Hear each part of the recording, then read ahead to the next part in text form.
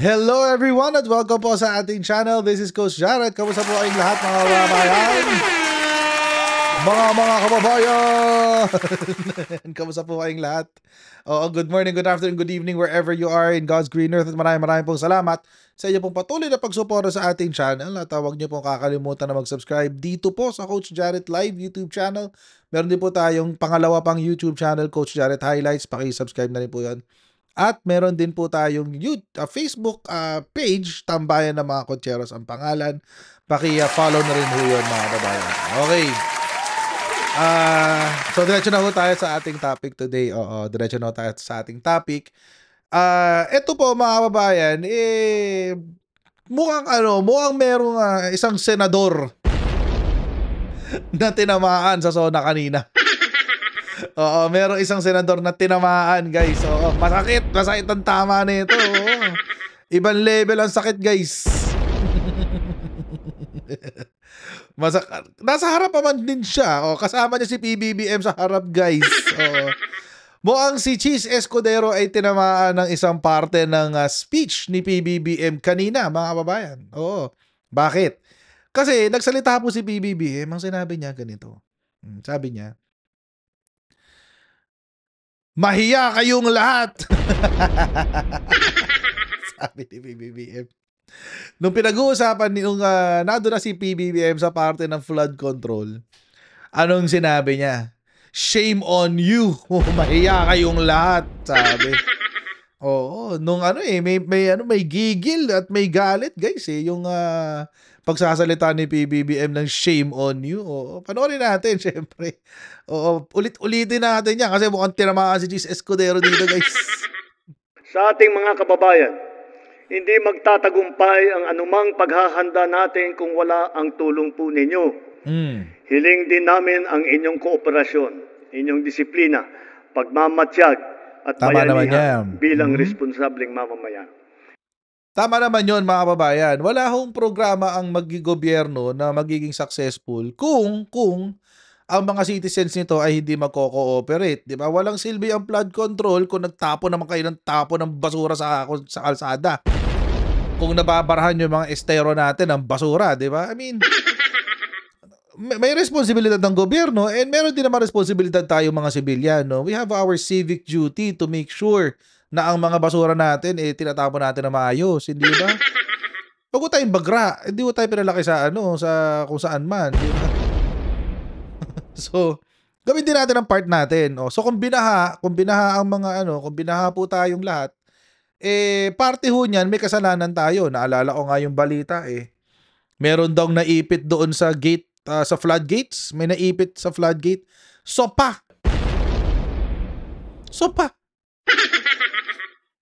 Tinapon sa floodgate yung sopa.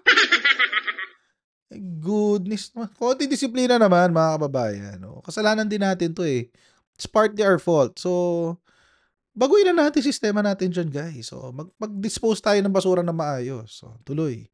Kooperasyon sa mga malawakang ensayo, pagsunod sa mga babala at tagubilin, tulad ng agarang paglikas at pag-iwas sa mga danger zone. Disiplina, lalo na sa wastong pagtapon ng basura. Correct. Pagmamatsyag sa bawat oras. Bawat araw. Lalo na kapag may nagbabadyang hagupit na panahon sa pag-alam sa malapit na evacuation center, pakikinig sa totoong balita at pagtatalima sa mga alituntunin ng pamahalaan. Higit sa lahat, bayanihan sa pagdadamayan at pagtutulungan, lalo na sa mga nasalanta nating kapwa. Mahirap man, kailangan natin itong gawin. Kailangan natin magsakripisyo upang masiguro na nailayo natin sa kapahamakan ng ating mamamayan dahil mahalaga ang bawat buhay ng Pilipino. Correct.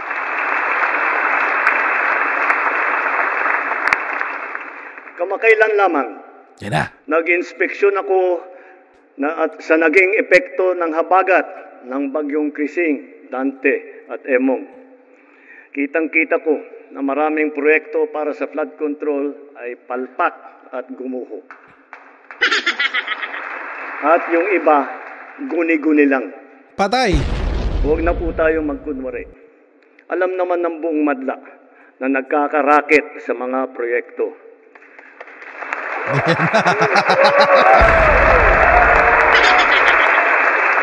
Guni-guni daw kasi yung Mga project eh. kickback, mga initiative, errata, SOP, for the boys. Kaya For the sa mga boys. nakikipagsabwatan upang kunin ang pondo ng bayan at nakawin ang kinabukasan ng ating mga mamamayan, mahiya naman kayo sa inyong kapwa Pilipino. Oy, agoy! Mahiya naman kayo. Oo, yung sinasabihan niya, ando lang sa likuran niya. Ulitin natin. Ulitin natin, Bayan Vince. at nakawin ang kinabukasan ng ating mga mamamayan. Mahiya naman kayo sa inyong kapwa Agoy! Pilipino.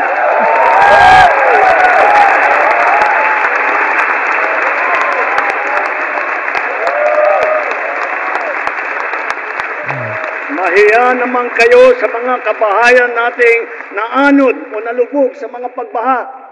Mahiya naman kayo lalo sa mga anak natin na magmamana sa mga utang na ginawa ninyo na pinupunan. Mahiya daw sa mga dahil sa mga anak natin na magmamana ng inutang. Wait lang. Sino ba may pinakamalaking inutang ulit? Si Rodrigo Duterte? Agoy! Oh, ayan. Nagpaparin na. Mukhang medyo bumabanat-banat na ng unti-unti si PBBM. Oo. Yung mga anak kasi natin, yung mga apo natin magbabayad ng inutang ni Rodrigo Duterte, mga kabayan.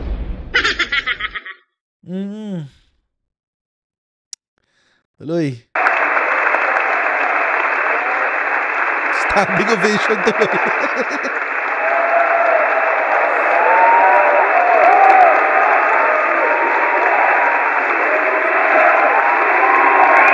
Ayan, no? Nasa likod lang yung tinamaan. Ayun, no? Sa likod, no? Si Chis Escudero. Para hindi na maulit, so that this will not happen again. First, the DPWH will immediately submit to me a list of all flood control projects from every region that were started or completed in the last 3 years. Ito term lang niya. Sa term lang niya ang pag-uusapan natin, ha? Oo, alam niyo kung bakit. And alam niyo, mga kababayan, for me, I think it is important na ma-realize natin na ang tinututukan ni PBBM yung term niya. Bakit? Kasi kapag sinama yung term nung isa ni Rodrigo Duterte, sasabihin na mumuliti ka. Pero kung tutuusin, mas maganda, isagad doon. Bakit? Kasi siya yung nag-claim eh. Nag-claim si Rodrigo Duterte kasi, mga kababayan, wait, lakayan natin. Kasi hindi masyadong malaki, hindi mababasa yan. Wait lang. Lakayan natin. Kinlaim kasi ng Rodrigo Duterte na ito. Na nung termino niya ay may natapos na 11,340 flood control projects. Yun yung niyabang niya noong 2021, nung huling-huli niyang SONA. Meron doon sila natapos na 11,340 flood control projects. Ngayon, nasaan? Ang patuloy na binibira ng mga Dutertards, yung mga flood control project ni PBBM ay non-existent. Okay, sige. Sabihin na natin sabihin natin non-existent, di non-existent din itong 11,340 na to. Kasi bumabaha pa rin eh.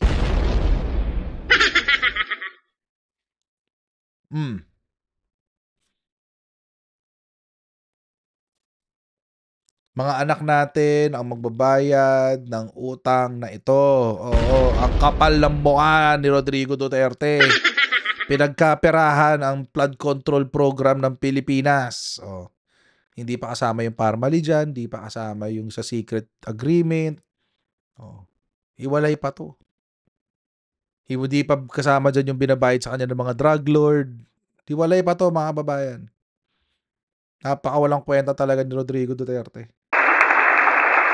Second, the Regional Project Monitoring Committee shall examine that list of projects and give a report on those that have been failures, those that were not finished, and those that are alleged to be ghost projects.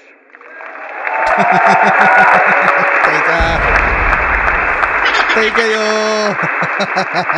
And third, we will publish this list. Yun ang pinakamaganda sa lahat. Yun ang pinakamaganda sa lahat, guys. Oo. Hindi lang yung nag-imbestiga. Ipapaalam sa buong bansa kung sino yung mga siraulong nagnakaw ng pera ng bayan, guys. Shame campaign to. Pero kung politiko naman ang nagnakaw ng pera ng bansa at tayo mga Pilipino, tayo mga hampas lupa ang nagsasuffer dahil sa katiwalian nila, dapat nga lang talaga silang ipahiya. Isa sa publiko natin ang listahang ito. Kaya ang publiko na saksi sa mga proyektong ito ay malayang suriin ang listahan at magbahagi ng kanilang nalalaman para makatulong sa ating investigasyon. Patay ka, At the cheese. same time, there will be an audit and performance review regarding these projects to check, to make sure, and to know how your money was spent. Tama yan. Sa mga susunod na buwan, makakasuhan ang lahat ng mga lalabas na may sala mula sa investigasyon, pati na ang mga kasabwat na kontratista sa buong bansa. Patay.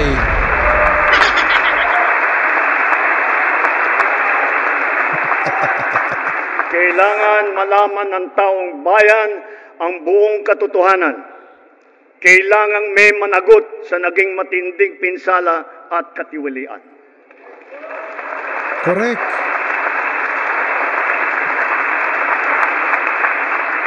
Therefore, for the 2026 national budget, I will return any proposed general appropriations bill that is not fully aligned with the national expenditure program. Ayun ang sinasabi natin.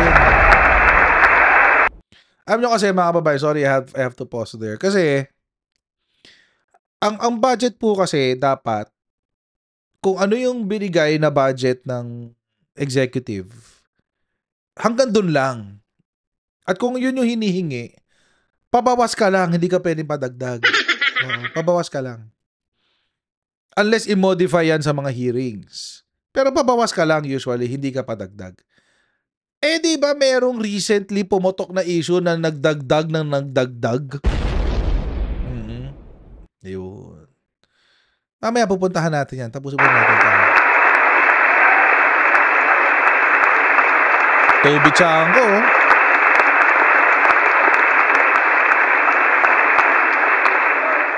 And further, I am willing to do this even if we end up with a reenacted budget. Ayun lang. Yun ang pinakamasaklap sa lahat. Hindi ko aaprubahan ang kahit anong budget na hindi alinsunod sa plano ng gobyerno para sa sambayanang Pilipino. Gagawin niya yan.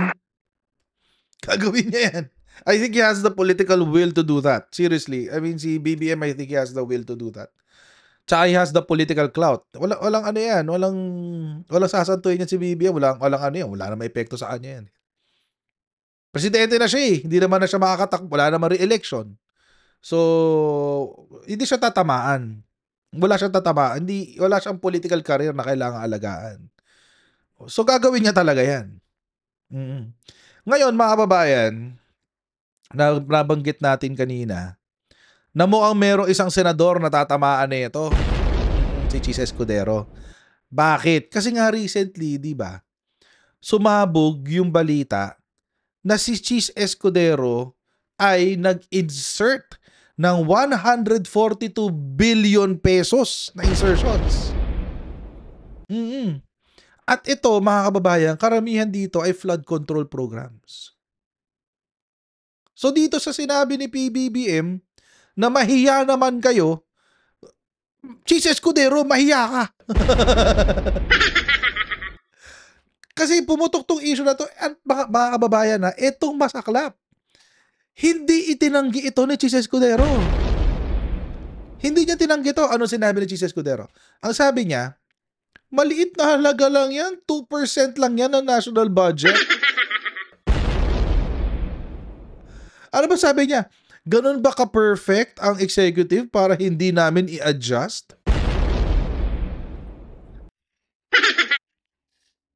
Layata si Cheese Escudero talaga. So, practically, inamin niya na nag-insert talaga siya. Ang problema sa insertions niya, mga kababayan, very specific din yung mga beneficiaries. Bulacan, Sorsogon, Mindoro, Batangas, Davao, ayan, no. Ito pa lang, sa Bulacan pa lang, ang laki, 12 billion ang Bulacan, guys. Magkano ang flood control insertion para sa sa Bulacan? 2.9 billion pesos. Sa Sorsogon, 1.1 billion pesos.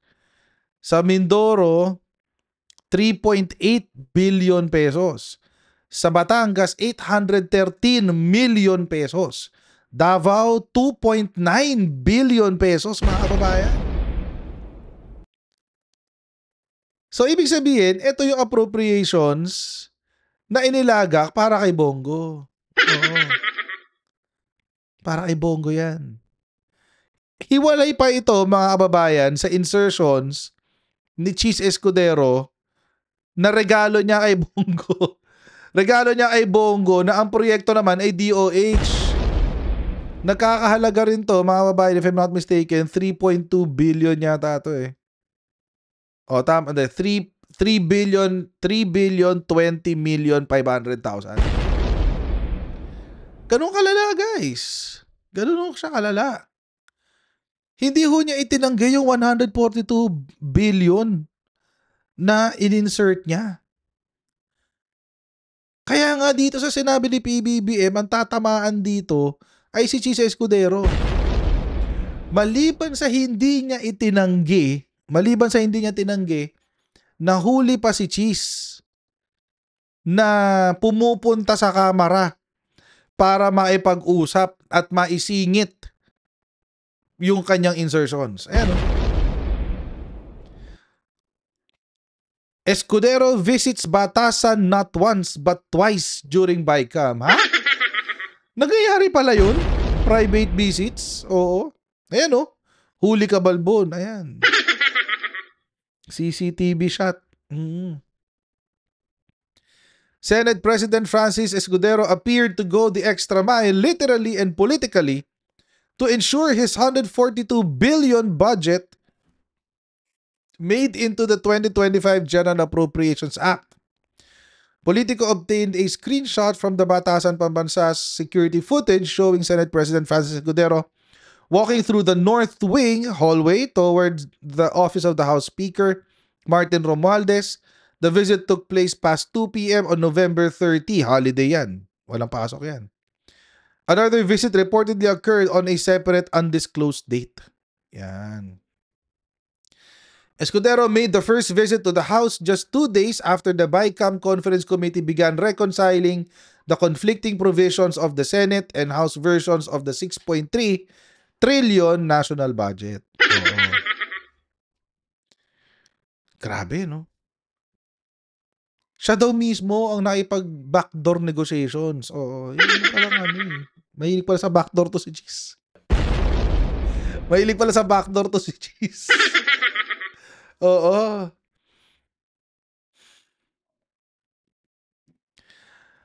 Hay nako. While the bicameral meetings are closed to the public, Politico learned that Escudero took an unusually dominant role in the proceedings, effectively sidelining Senate Finance Committee Chair Senator Grace Poe. So siya raw talaga nagmaniobra ng buong proceedings ng BICAM. Grabe naman. Kaya pala ngayon, mga kababayan, wait, dadagdag ko lang ha. Kaya pala mga kababayan, ngayon,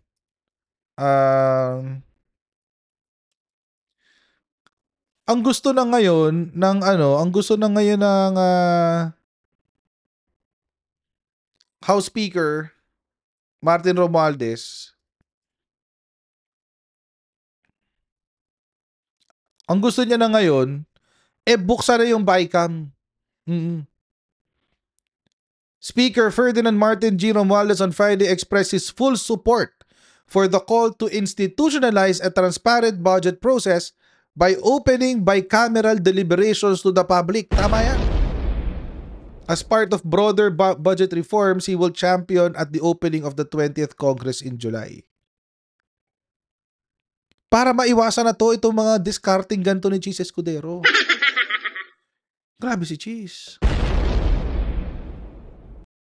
Kaya pala ngayon, mga kababayan, gusto na ng House of Representatives. Tinan nyo si Cheese. At ang nakakatawa dito, mga kababayan, si Didi, yung mga DDS, si Duterte, at saka yung si Cheese Escudero, sinisisi yung flood control sa House of Representatives. Oo. Pero sila pala ang tumatrabaho. Sila pala. Oh. Nakikipag-secret meeting. Oo. Kaya naman pala si House Speaker, gusto niya public na lang yung BICAM. Transparency and accountability must be the cornerstones of the budget process. I support the move to make the bicameral conference committee discussions open to the public. This is a crucial step in restoring public trust and ensuring that the national budget truly reflects the will and welfare of the people. Ako, game ako dyan. Wala problema sa akin yan. Game ako dyan. Open the BICAM hearings. I-live stream nyo. Pakita nyo sa amin paano kayo nagdi-deliberate. Para alam namin mga hampas lupa paano nyo ginagamit yung hard-earned tax money namin. Pinaghirapan namin yan para mapakinabangan ng bansa. Tapos, di ba, pangit naman. Tapos mababalitaan namin si Cheese Escudero tinatrabaho para lang makuha yung kanyang ambisyon sa politika. Hindi ba? Ito na nga, nakuha na nga ni Cheese Escudero yung ambisyon niya sa politika. Bakit? Umubra yung kanyang pamimili ng ng boto para sa pagiging Senate President. Senate President uli siya. Di ba? Kaya pala ganun. At mga kababayan, si PBBM seryoso ho niyang gagawin yan, yung pinangako niyang yan. Kahit ma-reenact yung budget. Bakit? Kasi mga kababayan, dito lang sa 2025 budget magkano ang kanyang vinito? Mga around 194 billion pesos. President Ferdinand Marcos Jr. vetoed flood control projects in the 2025 national budget. Base sa kanyang veto message, yung funding sa mga flood control projects, Region 3 with 7 billion, Region 5 2.37 billion. NCR 1.75 billion. Ang lalaki Meron pa, other flood control related projects that Marcos vetoed are the following. Ang dami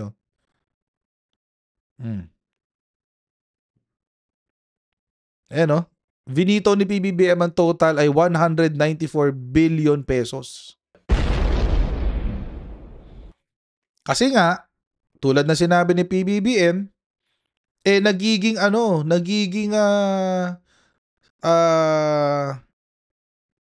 paraan para sa mga politiko na makapakupit ng pera ng bayan. Mahiya naman kayo sa mga kabahayan nating naanod at nalubog sa pagbaha. Mahiya naman kayo sa mga anak natin na magmamana ng utang. Ayun. Mahiya talaga kayo. Mahiya, Cheese. Huli ka Huli si Cheese So ayun na nga mga kababayan. Mukhang tinamaan si Cheese Escudero dito sa sinabi ni PBBM. At magkakaroon na ho ng hiwalay na audit sa flood control.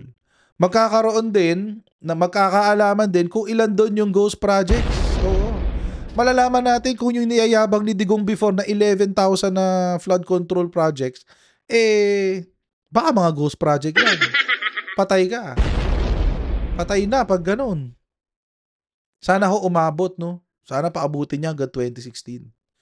Kasi nandun yung karamihan, eh, nandun yung karamihan ng kalokohan nitong, flood control drama-drama na 'to. But anyway mga kababayan, we're hoping na this investigation will yield the result that, we want to see. Yung, transparency at sana may makasuhan dito na opisyal na talagang ginamit ang pera ng bayan para sa sariling ginamit niyang parang personal piggy bank yung, pera ng bayan. Anyway, hanggang dito na lang po ang ating video. Maraming pong salamat sa inyo pong mga nanood po sa atin. Please don't forget to share this video, paki-like na rin, and I'll see all of you in our next live stream. Alright, bye everyone. See you.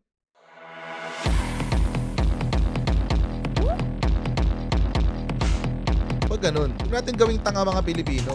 Mas maganda kasi nasa lugar ka ng tama kaysa yung pinipilit mo yung pagkakamali.